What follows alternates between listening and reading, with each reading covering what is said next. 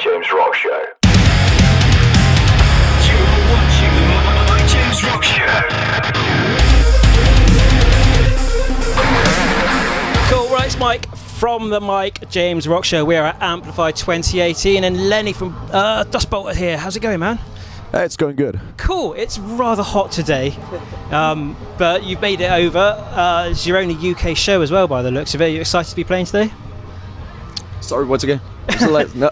This is your only UK show. Oh, yeah. At the moment, you're excited to be playing here at Amplify. Oh yeah, totally. I think we met Roger, who's running the festival last year when we played in the UK. Yeah, he told us about a festival and he was inviting us, and yeah, super stoked to be here. That's cool that you guys were invited. Well, about a year ago, was it you were saying? Yeah, I think last year we did a couple of shows with Exodus in the UK. Okay, yeah. I think it was that, yeah.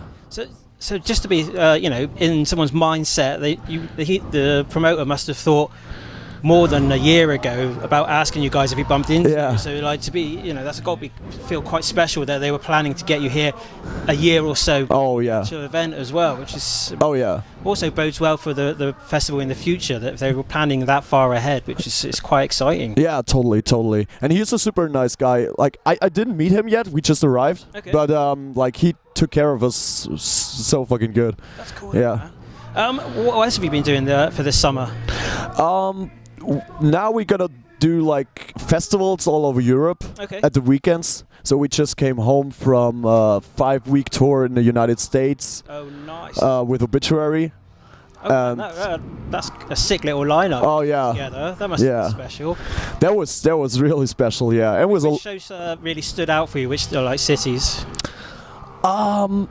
We did many cities on that tour which we haven't played before. Okay. So, for example, I've been to New York the first time, and New York was sold out, and like 900 people, something like that. Yeah, it was really cool. Did you get time to actually like go around the towns that you visited that you hadn't done before? A little bit, yeah. Sightseeing, I guess. Yeah. A few photos. Yeah, it's always hard on tour to find the time to really like explore the cities, but. Yeah, we managed to have like 2 or 3 hours at least to walk around and see stuff. Yeah. McDonald's and Costa Coffee the same in every country. Starbucks. Yeah, I don't go to that stuff now. No, yeah, they are everywhere. So you're over here, and you said you're going to do some European festivals going forwards. Which ones are you doing there? So we're doing this one today. In 2 weeks we're gonna do Metal Days in Slovenia. Oh, that's nice. Yeah, that's a really beautiful one. After that we're gonna do Wacken Open Air Germany. Yeah. It's huge as well, isn't it? It is. It is. Same for the whole weekend.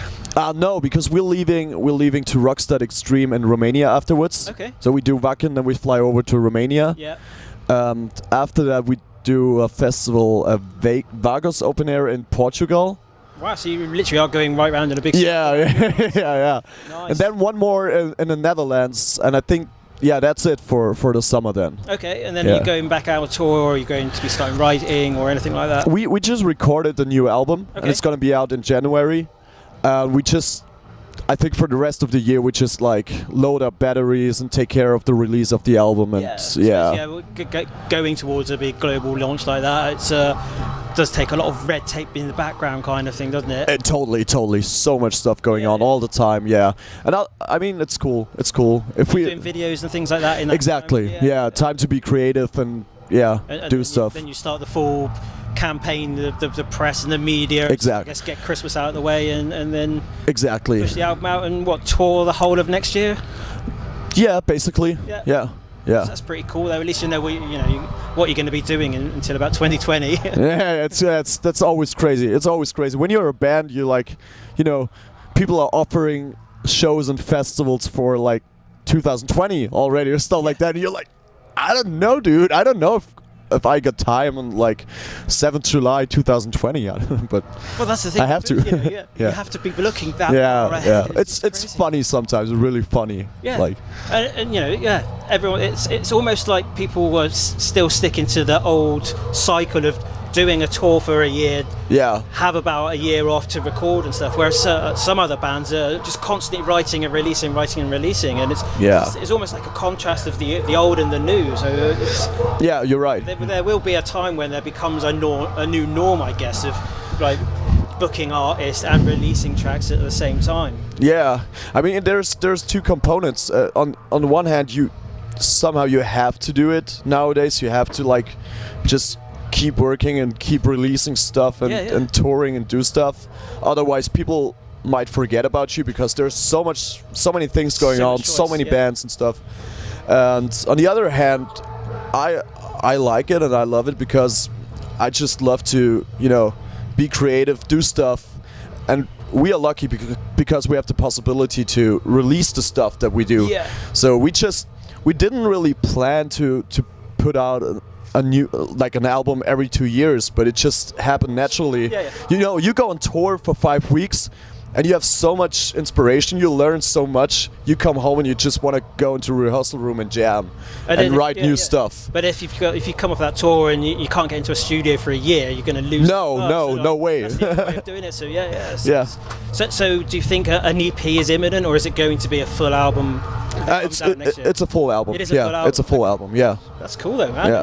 At least that's a huge body of work and a whole load of new material to put for your set when you're touring for the rest of the time, man. That's cool. Yeah, totally. Yeah. But once it's done, it's really like a release. It's like a book that you just close and you're done with it. The work is done. Yeah. It's a good feeling. The fun bit is going out on the road and doing the promo and the gigs. And and I love being in the studio and working on the music. That's the other part I really love. Yeah, it's the creative element. Yeah. So I suppose you can still be creative on stage with the stage setup and what you do and exactly. Kind of thing. But it's the core dynamic of what a band is writing music, isn't it? Exactly. Yeah, and the cool thing is when after that, if you play live and go on tour, like many songs they just develop. When you play them live, and we try to have fun with stuff we do and like change things here and there and like jam a little bit and keep it fresh improvise. Yourself, yeah, exactly. And sometimes like really cool stuff happens by that over time, and songs like change by time a little bit. Yeah. Which is really exciting. Well, yeah, you got to keep it fresh for yourself because you could be playing these tracks for 20 years. Yeah. And just be like, 20 years is going to get boring for you and for the audience. Yeah, exactly. And even if we played like 30 times in a row, if we were on tour, I want it to be a little bit different each night. Yeah. Because you're in a different place, different audience, different people. Somehow I want to try to soak it up as much as possible and put it into the music. And over the course of time as well, I guess the lyrics were going to change, not quite exactly what the emphasis of them, but they'll change their meaning for yourselves and for the audience. Totally. You grow with it, and it means slightly different things for. Totally, yeah, totally. I mean, we're like 25 and 26 years old, and there's so much stuff happening all the time. Just life and always new stuff happening which we have to deal with. And yeah, as you said, it's cool if you have songs you wrote like years before, but now they have a complete new meaning to yourself. That's it. Yeah. That's kind of what makes a track timeless as well. Yeah, which is cool. It's really interesting. Yeah. It's been an absolute pleasure catching up with you. I know it's always short and sweet at festivals, man, but enjoy your set tonight, and good luck with the release for next year and everything that follows it. Thanks very much. Thank you so much. Cheers, buddy. That's cool.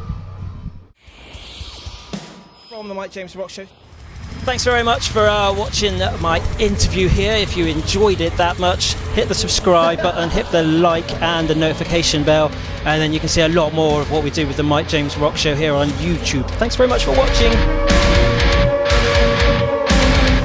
Welcome to the Mike James Rock Show.